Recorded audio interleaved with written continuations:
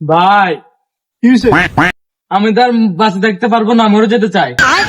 মরে যাবি, ঠিক আছে, এখন কি হয়েছে, সমস্যা কি? সমস্যা তো ভাই অনেক বিরাট সমস্যা। সমস্যা খুলে দাও শুনি। ভাই বউ তো আমার ঝাড়ু দিয়ে ঝাড়ু দিয়ে ফিটাইছে? ঝাড়ু দিয়ে ফিটাইছে কি কারণে? ভাই আর বললেন না